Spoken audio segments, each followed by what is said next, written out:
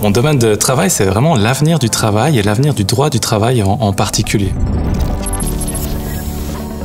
Beaucoup de questions se posent actuellement sur la digitalisation, quel est l'avenir de notre travail, s'ils sont remplacés par des robots par exemple. Et puis d'autres personnes, ou de plus en plus de personnes, se posent aussi la question de savoir, mais est-ce que mon travail fait du sens? Est-ce que je suis obligé de vraiment travailler uniquement pour avoir un salaire, ou est-ce que j'aimerais avoir plus de sens à travers mon travail? Mon intérêt pour le droit du travail est né en travaillant sur des affaires spécifiques dans l'industrie textile. Et là, je me suis rendu compte à quel point les travailleurs avaient vraiment des conditions de travail déplorables, et la réponse du droit du travail, c'était simplement de leur dire oui, vous allez avoir des conditions minimales de salaire, des conditions minimales en matière de conditions de travail. Et puis je me suis dit, ça peut pas être la solution à long terme. Il doit y avoir quelque chose de plus à promouvoir. Les objectifs sur le droit du travail, c'est vraiment de montrer que depuis plus d'un siècle, le droit du travail s'est construit sur une approche minimale, en voulant garantir des droits minimaux. Et ce que j'aimerais faire, c'est vraiment montrer qu'on peut avoir une approche plus positive en accordant plus de droits, mais cela implique aussi une revalorisation du travail au sein du droit du travail.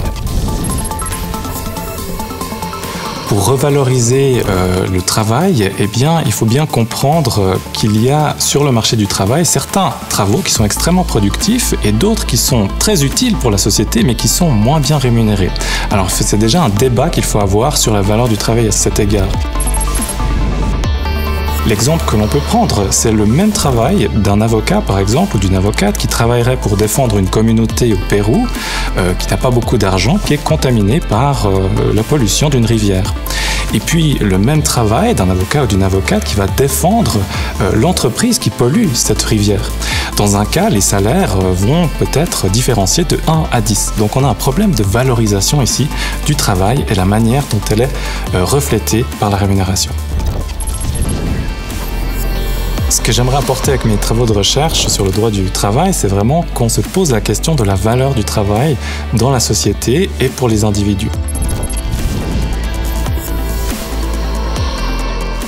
À l'avenir, dans une logique qui dépasse celle de la productivité, et on peut se poser ces questions.